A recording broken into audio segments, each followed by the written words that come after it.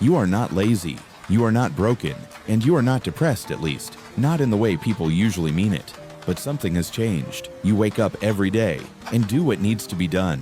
You still meet your responsibilities. You still reply to messages. You still show up where you're supposed to show up. From the outside, everything looks fine. But on the inside, there's an emptiness that's hard to name. Not obvious sadness, not despair. Just a quiet sense that nothing really feels worth striving for anymore. The things that once mattered now feel like habits. The goals that once felt important now feel distant. You don't hate your life, but you no longer feel connected to it. And what makes this feeling even harder is that you don't know how to explain it, because society already has labels ready. If you're tired, they call it laziness. If you feel bored, they say you lack motivation. If you feel empty, they ask whether you're grateful enough. But deep down, you know that's not the whole story. Something else is going on, a kind of exhaustion that doesn't come from a bad day. An emptiness that doesn't come from a major failure. It comes from many ordinary days, one after another. Days that aren't bad enough to make you stop, but not meaningful enough to make you feel like you're truly living. And maybe the problem isn't that you did something wrong. Maybe the question we need to ask is this: what is it about the way we're living that's making more and more people feel this way? For a long time, we've been taught that emptiness is a sign of personal failure. If life doesn't feel meaningful, maybe you chose the wrong path. If you lack motivation, maybe you're not trying hard enough. If you feel hollow inside, maybe there's something wrong with you. That's how modern culture usually tells this story.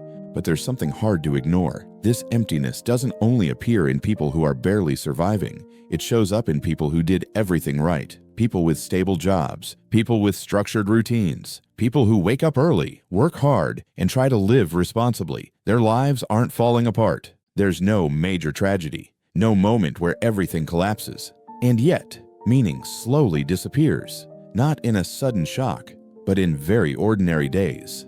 A morning where you wake up with nothing to look forward to. An evening that ends without any sense of completion. A week that passes so fast you can't remember how you lived it. And when this feeling lasts, the first thing we usually do is blame ourselves. I must be weak. I must lack discipline. I must not be grateful enough. But that doesn't explain why so many people, in so many places with very different lives, are feeling the same thing. The same quiet exhaustion. The same distance from their own lives, the same question looping in their minds. What am I even trying so hard for? When an experience becomes this widespread, it's probably no longer just a personal problem. It's likely a collective response, a sign that something about how we live, how we work, and how we measure human worth no longer aligns with how the mind actually works. And if that's true, then your emptiness isn't proof that you failed. It may simply be a signal that you're clearly sensing something many others feel too, even if few ever say it out loud.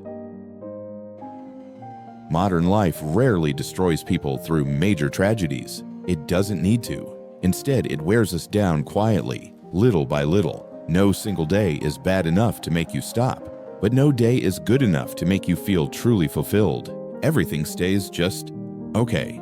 You work.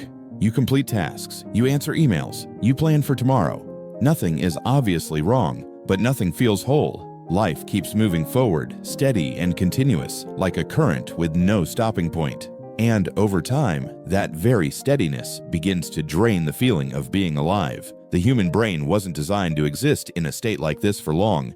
We need rhythm, periods of effort, followed by rest, a sense that something has ended, that something has closed. But modern life rarely gives us that. One task leads to the next. One goal is replaced the moment it's achieved. The to-do list never gets shorter, it just refreshes. There's no clear moment where you can stop and think, I've done enough for today. No real endpoint for the mind to fully rest. And when nothing ever ends, meaning starts to fade. You no longer feel like you're heading anywhere. You're just continuing because it's the next thing to do, day after day, week after week. The exhaustion doesn't come from a dramatic moment, but from hundreds of small, ordinary, repeated moments. You don't collapse, you just slowly become emptier. And what makes this state hard to recognize is that from the outside, your life still looks fine. Everything still functions. You're still doing what's expected of you. But inside, there's a deeply uncomfortable sense that you're being carried by a pace of life that gives you no chance to feel, to connect, or to stop. This isn't failure, it's the consequence of a life designed to never let you feel finished. And without an endpoint, the mind begins to quietly ask, where is all of this actually going? There's one small thing that affects everything. We no longer have endings. It's not that we do too much, it's that we rarely feel that anything is truly done. The workday ends, but the thoughts don't. The task is finished, but the sense of completion never arrives. You close your laptop, but your mind is already on what comes next. The human brain needs clear closures, moments that say, this part is over. Now I can let go. But modern life keeps everything open. There's always another email unanswered, another goal to chase, another thing to prepare for tomorrow. There's no clear boundary between starting and finishing, no relief after completion, only continuous continuation. And when there's no stopping point, meaning begins to dissolve. You no longer feel like you're moving forward. You're just continuing because you don't know where stopping is allowed. This doesn't cause a sudden breakdown. It creates a very quiet exhaustion, a sense that every effort slips away because there's no moment for it to truly land. You finish one thing and immediately have to think about the next. No time to feel that what you just did mattered. Over time, the mind learns not to expect completion anymore. And when you stop expecting that feeling, you also begin to lose your reason to try. Not because you don't care, but because your mind no longer receives the signal that effort leads to a meaningful end. When everything stretches on indefinitely, meaning has nowhere to anchor. And that's when a quiet question begins to appear. If nothing is ever finished, what am I actually trying to reach? The human brain has never had to process this much. Not in a day, but in every moment. Notifications constantly light up. News never stops. Images, stories, comparisons, and opinions pour into your mind from morning to night. Even when you're not looking for them, they find you. The brain wasn't designed for this kind of environment. It wasn't built to always be ready to react, ready to pay attention, ready to compare. When the brain is overstimulated for long periods, it doesn't become stronger, it becomes numb. You don't lose motivation because you're weak. You lose motivation because your brain is trying to protect itself. When everything is important, the brain can no longer tell what actually matters. When everything demands attention, nothing stands out enough to hold it. So instead of choosing, the brain retreats. You can feel this in very familiar moments. When you open your phone without knowing what you're looking for, when you jump from one thing to another without finishing anything, when you feel tired but not physically tired, that isn't laziness, it's overload. Biologically, when the brain can't process more input, it reduces responsiveness. It dulls emotion, blunts interest, flattens everything. Not because your life no longer has good things in it, but because your brain no longer has space to feel those good things. And the sad part is, this state is often misunderstood. We think we need more motivation, more discipline, more pressure. But the more we stimulate, the deeper the brain retreats. This numbness isn't loud. It doesn't cause panic. It just makes everything feel muted. You're still alive, but you no longer feel connected to what's happening. And when connection disappears, meaning slowly disappears with it. When you don't have energy, the world is quick to label you. They call it laziness, not always directly. Sometimes it's just a look, a half-joking comment, or advice that sounds harmless. You just need to try a little harder. You need more discipline. You're letting yourself slip. And when you hear this long enough, you start to believe it, that maybe something is wrong with you. But the truth is, this feeling is not a moral failure. You don't lack willpower. You're not weak in character, and you didn't choose to become this way. What's happening runs much deeper. When the brain no longer sees clear meaning in what you're doing, it pulls energy back, not to punish you, but to protect you. Continuing to pour effort into things that don't create connection is dangerous depletion, and the brain, quietly, tries to stop that. But society rarely sees this as a natural response. We turn it into a moral issue. Doing more is good, slowing down is wrong, stopping is weakness. In that kind of environment, it's easy to confuse burnout with laziness, overload with lack of effort. And when you start calling yourself lazy, you're not just tired, you carry shame, a sense that you're falling behind, that you're not good enough, that you're doing something wrong. But maybe the problem isn't that you don't want to try. Maybe it's that your mind no longer has a reason that feels real enough to keep trying. We live in a culture that worships busyness. Being busy is seen as valuable. A full calendar is seen as success. constant forward motion is seen as right. If you stop, the first question is rarely whether you're okay. It's where you're falling behind. In this environment, productivity stops being a tool. It becomes a measure of human worth. You don't just work to complete something. You work to prove that you deserve to exist. And this happens quietly. You set a goal, and the moment you reach it, you set another. No time to feel, no time to ask whether it actually matters to you. Productivity becomes disconnected from meaning. You can do a lot without feeling like you're going anywhere. Many people aren't exhausted from working too hard. They're exhausted from moving constantly without knowing why. When everything revolves around efficiency, speed, and results, slower questions disappear. Why am I doing this? What am I building? Does this life reflect who I really am?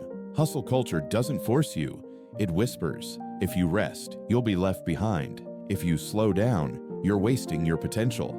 Your value lies in what you produce. Over time, you may become very efficient, but feel increasingly unfamiliar to yourself. You keep going not because you want to, but because you don't know how to stop without feeling guilty. And when productivity loses its connection to meaning, every effort becomes heavy. Not because you're weak, but because you're running in a direction that no longer belongs to you. A very quiet shift has taken place, so quiet that many people don't notice it at first. We're no longer just living, we're performing. You're not just working, you're proving your value. You're not just existing, you're being watched, measured, compared. In the past, identity was tied to role and community. You knew who you were because you belonged somewhere, because someone needed you, because you had a clear place in other people's lives. In modern life, identity has become more fragile. Who you are is often answered by what you achieve, how much you do, how fast you move, how well you perform. Gradually, the line between who you are and the image you present begins to blur. You smile when you're supposed to. You say the right things at the right time. You do what's expected, not necessarily fake, just adaptive. But when adaptation lasts too long, you can start to feel like a stranger to yourself. You're not sure whether you're doing this because you want to or because it's the role you've learned to play. You're not sure what's genuine desire and what's pressure disguised as ambition. And the most unsettling part is, you can become very good at performing, very effective, very fitting, while inside, your connection to yourself slowly fades. When life becomes a series of performances, meaning doesn't have much room to stay. Not because you lack identity, but because your identity is no longer allowed to exist naturally. And this breakdown isn't loud. It happens slowly, quietly, until one day, you look back and ask, who did I become while trying to become who the world expected me to be? When we feel tired, the first advice we usually hear is to rest, sleep more, take a few days off, go somewhere to change the scenery. And rest does help the body recover. It can restore energy. It can ease tension temporarily. But many people notice something unsettling. They rested, they slept enough, they paused, and the emptiness was still there. Less exhausted, but not lighter, not burned out, but still heavy, as if rest only touched the surface while something deeper remained unresolved. Because rest restores energy, it doesn't restore meaning. If the life you return to is the same life that drained you, then rest becomes just a short pause between two stretches of exhaustion. You can stop a machine, but if it runs the same way when you turn it back on, the issue was never how long it needed to rest.